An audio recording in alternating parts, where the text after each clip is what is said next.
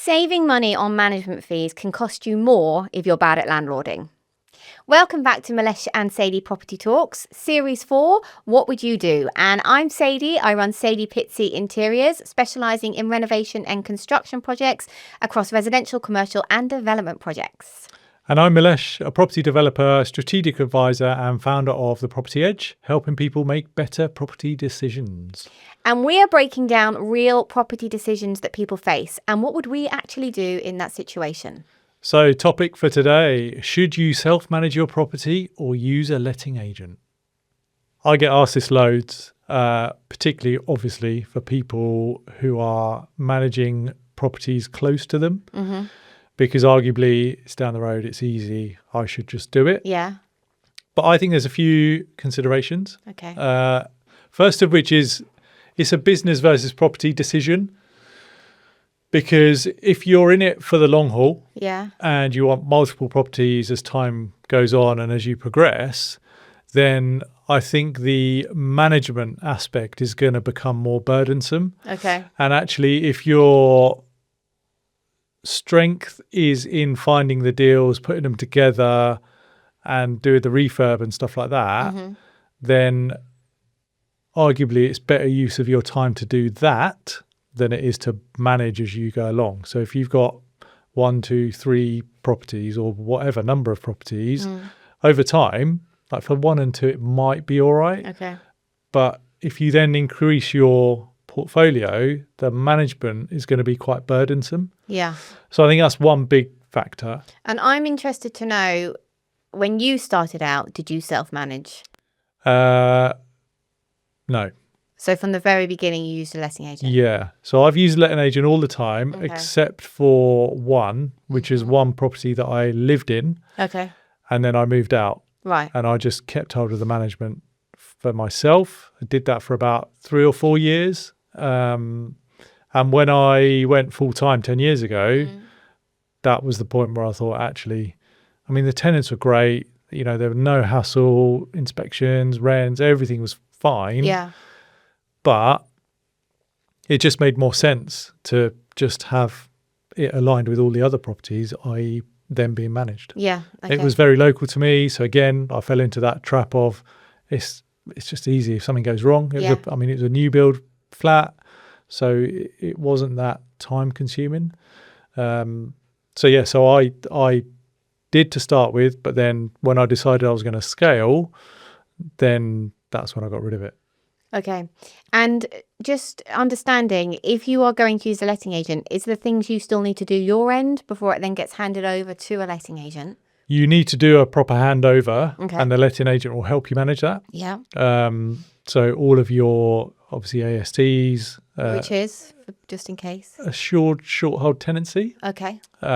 Which, by the way, is changing because of the Renters' Rights Act that's coming in or in now.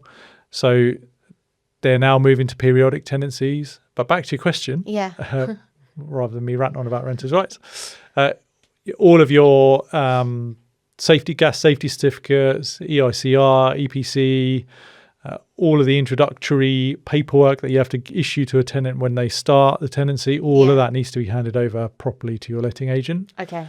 And then they will take on the management from that point. Okay. So the portfolio size tipping point is a key one. What's the tipping point? Whatever you deem it to be. Okay. There's no right answer. No. Obviously, if it's local, then you lean more towards just self-managing. Yeah. My personal opinion, just buy right. And by that, I mean, make sure you factored in the cost of management agent before you've even offered on a property. What is the cost of an agent? I don't even know. It varies. It depends on area. So I'll give you an example. When I let my first property locally, the percentage rate I was paying was low because it's relative to the rent. Okay. When I went up north, the management percentage was quite high. Okay. But that's because it's relative to the rent. Right, okay. So the work that a managing agent and a letting agent doesn't change depending on where they are located in the country. No, okay. And so you've got to factor that in if you're down south and then investing up north, your percentage fee is going to be likely to be higher, Okay. just because of the amount of work that's involved. But down south, you can get lower percentages because it's relative to the rent. Okay. And just to be clear, what exactly are they doing for their money? So they're making sure that onboarding is done properly and to the legal and professional standard, the regulations. They do. So once they'll vet the tenants, they'll work with you on finding the right tenants. They'll go and get guarantors if that's what you want. They'll just take care of the whole onboarding process. Yep. Once the onboarding process is done, they are in, then the managing agent will collect the rent, deduct their fees, and then pay you. Any maintenance request goes straight through to the agent. You can negotiate and work with the agent on when you want to be notified of works. Okay. So when I first started out, anything above £50 I wanted to know about. Right. Just so I get a feel for what's going on and what sort of charges we're looking at for contractors and that type of thing. And then as the relationship builds, you get more comfortable and you the trust is developing, and so you kind of just leave it. And so they make if you want to. Okay, fine. So they are making the decisions and they are contacting the contractors if there's work to be done. Yeah. And they're just sending you a bill. Yeah. You can choose how involved you want to be with that or not. Right. So we still have oversight of all of that stuff. Okay. Just so we're aware of what's going on and what's coming in terms of cost. Yeah. So that is what they do. And ongoing, they'll do inspections and they'll feedback if there's anything that needs doing, work required in the property off the back of the inspections. They'll manage all tenant issues and make sure you're compliant. So gas safety checks have to be done every year. They diarise those, make sure that they're done. So that they basically take care of it all. So, I mean, in terms of just making sure that you are actually ticking all the right boxes and for just peace of mind, it's kind of worth it. 100%. Do they advise on, say you've got a property and you're renovating it, will they come in and advise on, like, I don't know how many bedrooms you should carve up to or things you should put in? Yeah, definitely. Yeah, okay, they good can to do. know. Yeah. So the agent's your best friend. Yeah. If you're flipping, estate agent's your best friend because you want to know that you're going to be able to sell it, and what tweaks can you make to make it that little bit more attractive and stand out. Yeah. From a lettings perspective, similarly, they'll know what's going on in the market and what sort of standard rooms or houses or flats are going for, and they'll give you some good guidance on what is going to make that property stand out and get you the best rent at the same time. Yes, yeah. They are a really, really good source of information and knowledge. I only ask because just deviating slightly is that the question of whether to use one or whether to not. I mean, like you say, it's very much kind of a personal, personal decision, and that sort of also partnered with how far away is the property, how many have you got. But I do think there is still a separate question or a separate thing to think about, which is that when you are developing that property for tenants, that actually how you create the spaces and the materials you use are so important, because you are still the one that gets the bill for all of the maintenance. So that's whether you're managing it or not. And what you want to try and do is you want to try and limit the amount that you have to be involved in that property. Exactly that. And so our model is to buy rundown stuff that we can add value to. Yeah. So to me, it makes no difference whether it's a rental or a flip. No. The quality of the work is still the same. The finishes may be slightly different.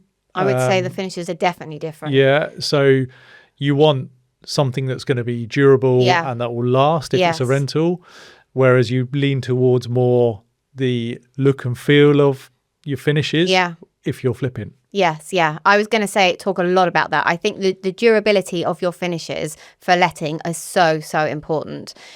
Something that really astounds me is, and I'm actually kind of wondering why, how many people put carpet down into letting properties. It does not make sense to me at all, because it's something that you're going to have to change all the time, opposed to like an LVT or even like a tile. Yeah. I think that's changing as time goes on. Okay. Before it was the default. Yeah. Bedrooms obviously are a bone of contention in terms of whether you carpet or not. And also nowadays with LVT, you can just replace the one piece if it's damaged. You can. Exactly. You can literally get them plank by plank. Whereas if it was laminate, then that would be a bit more of a challenge over carpet, right?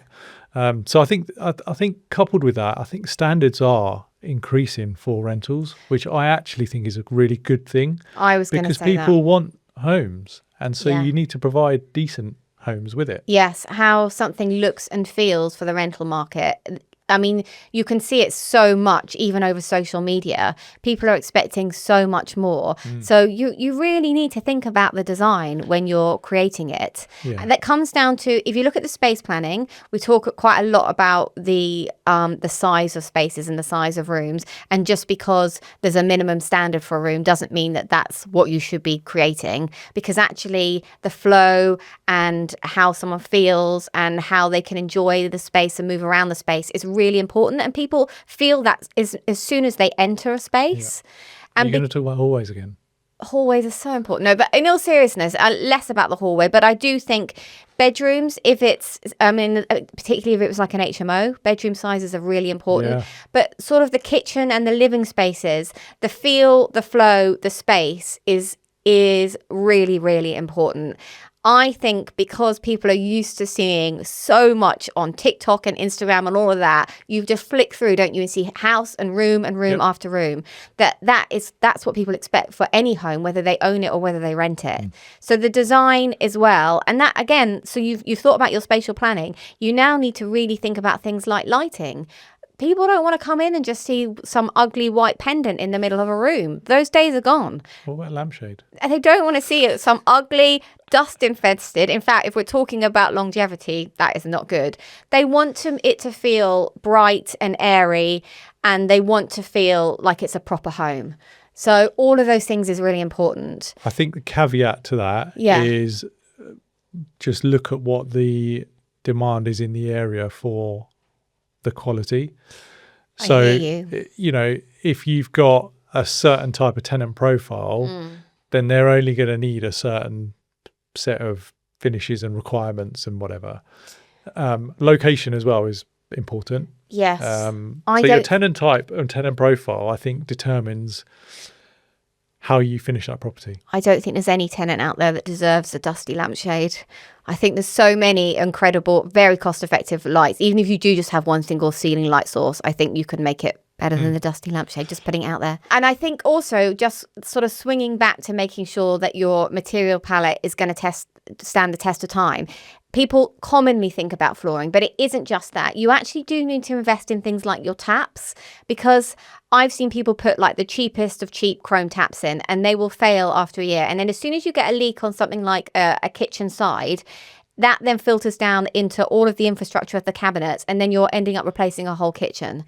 So you do need to pay out on things like that. You know, I'm not saying that you're going for top end, but something that is well made, that you know is a good brand, not something, you know, cheap that nobody's heard of. So again, that you can go back to the manufacturer if you've got a problem with it.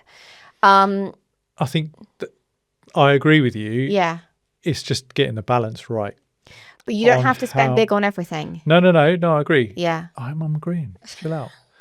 So you've got to balance it out with your costs. Yes. And make sure that you know you factored in those costs right at the start, so that you can deliver that. Yeah.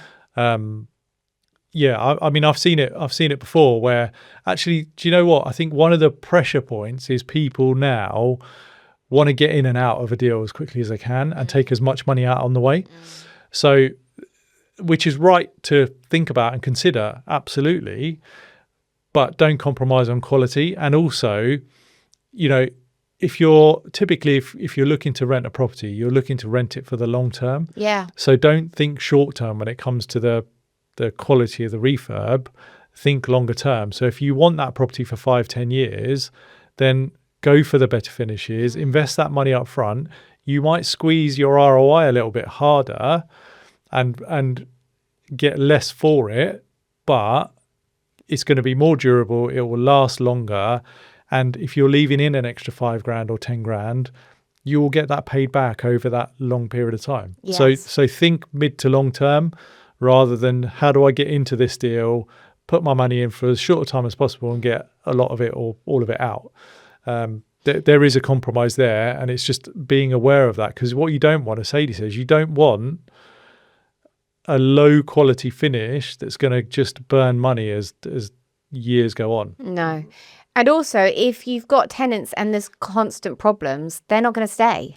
So Exactly, if a tenant moves into something that is, decent quality, that looks and feels really lovely, they are much more likely to stay long term. And that's what you want, isn't it? Yeah. You want a great tenant who's going to stay. Yeah. And going back to the should you self-manage or use a letting agent, there's a time versus money equation. And Yes. this plays into that perfectly, right? And it's not only the ongoing management, but it's the initial refurb work that you're doing as well. Because, it could cost you less to do it to a lower quality, but it's going to take more time or consume more of your time as years go on. So it's just getting that balance right. And the same applies for whether you should use an agent or not. Yeah. So I think that's critical. I think you're right. I think particularly in the current climate, there's a real sort of feel of we've got to really maximize our ROI because it's tight. And so therefore, how can we do a refurb for as cheap as possible? Could we save money and self-manage it? But actually, you have to look at the long-term effect of all of that. If you go cheap, you're going to be replacing it more often. You're not going to keep your tenants as long. You're not going to get as good quality tenants. If you self-manage, you could mess up big time, as well as all the time constraints that it's going to take on your life. Yeah. I think a couple of other things just around the self-managed versus letting agent. We talked earlier about what does a letting agent actually do. Yeah. And they do a lot, right? However, my kind of word of caution is don't walk in to this assuming that once you've handed the keys over to the letting agent, that is it. Okay. Ultimately, the buck stops with you, right? So if, for example, your gas safety is not done within the year and there's a gap and it gets flagged, you're liable, not the agent. Yes. So you need to have the right relationship with your agent. You need to have the right systems in place for yourself to either self-manage or to work with your letting agent. Yeah. So we've got a bunch of HMOs, and the approach we have with our letting agent, which we agreed at the start, was we would have a regular check-in with our lettings manager. And on the one hand, you could say, actually, why do you want to spend like that amount of time on your existing properties? Well, our approach is much along the lines of actually, I'd rather be proactive with it and have regular calls with the lettings manager to know what's going on with voids, what's going on with maintenance issues. Yeah. Is there anything we need to think about that's a bit more longer term? They might want to discuss quotes that they've had to get a decision out of us. What it does is that 20 minutes, half an hour that we have, it just completely reduces the number of email contacts and messages and all that sort of stuff. It just reduces it down completely. So you do need to manage your managing agent, or manage them is probably a bit harsh. Work alongside, work with, in a way that works for both parties. Yeah. Because think about it from their perspective. If all of their landlords are going, well, I want to speak to you every single week or every other day, that's going to be quite time consuming. Yes. Their margins are already tight, to be fair. Yeah. So it's just about getting that balance right. You don't want to be a giant pain. Yeah. But you want to be there, making sure that, they know that you're at the end. Exactly. And if you're looking to grow and get a number of properties within your portfolio, then that relationship becomes much, much, much more important, right? And then if you have, like in our case, we've got HMOs. HMOs are higher turnaround of tenant just by nature of what they are. Yeah. We're responsible for all the bills, the outgoings. So it just works, having that process. So like I said, don't think that hand the keys over to the agent and job done. Yeah. You do need to oversee it and understand it and manage it. And there are hybrid approaches. So most agents will do a tenant find only service. So they'll do all the upfront stuff, make sure you're compliant, dish out all the relevant paperwork that they need to do. And then the rent collection comes to you and the agent's now out of the picture. There's somewhere in the middle, which is they do a tenant find and rent collection. Okay. Or there's fully managed, where they basically do the whole thing. Interesting. In each of those scenarios, you still need to be comfortable in working with them and working out your best approach of working together Yeah. on the property. So I think they're key ones. My personal view is always bake in letting agency fees when you're running your numbers on deals. Yeah. So from the start, even if you aren't using one, you know that when you switch to it, it still works. Exactly. Okay. Exactly. Well, I think that takes us nicely onto our hot seat. What we got this week? What's the hot seat? It's exciting. So we are buying a property to flip at 100k. We're spending 30k refurb, expecting 260k GDV. We're tempted to upgrade finishes to stand out. Is that smart? If you're doing it at the moment, can I start? Yeah, go So for I've it. gone straight for him. If you're doing it at the moment, yes, I think it is smart to consider that. You've always got to be on top of your spreadsheet. You need to know all of the costs. So as a sort of a top line answer, I think it is really smart to consider upgrading and making sure that you stand out. But you need to look at what are you going to upgrade, and you need to understand what is going to actually impact your ROI. So don't just go, it's easy for a contractor to say, well, we could upgrade this and this and this, and you just to say yes, to everything. But actually you need to either work alongside a designer, someone like me, or you need to speak to even your agents and just understand what is making that impact, what is going to get you your return on your investment. Anything to add? Can you run the numbers again for me? Yeah, God, it's all right, Milesh. Here we go. So they have got 100k. They have bought it at 100k. They're spending 30 on the refurb, and they're expecting 260 for their GDV. Should they upgrade? Yeah. Yes. Everything you just said. So after that, Milesh's answer is just yes. Yeah, well, I think you're right. You nailed the ROI bit, and that's a bit that I would add, is that Okay. just make sure that the numbers work. And it's a property to flip, we assume? Yeah, it's a property to flip, and you have got to stand out in the current climate. So, it's tough, I think, to make money at the moment. So when people are buying houses, you still have to remember that they are buying with their emotions. So they walk into something, and if they fall in love with it, they are more likely to spend more on it if they can. So therefore, you need to understand what are those emotional connections in the property that is therefore going to warrant them spending that money. There you go. Brilliant. So whether you self-manage or use an agent, it really comes down to how you want to spend your time. And from a design perspective, the better the property designed, the less time you're going to spend managing problems, Which most people don't think about up front. If you are planning a refurb or rental and want to design it the right way that reduces long-term issues, that's exactly where we can help. And if you decided how to structure your portfolio or your approach to management, I'm always happy to have a chat. If you have enjoyed this episode, then don't forget to like and follow us on social media. And if you have a question for our hot seat, then please leave it in the comments below. And we'll see you in the next episode.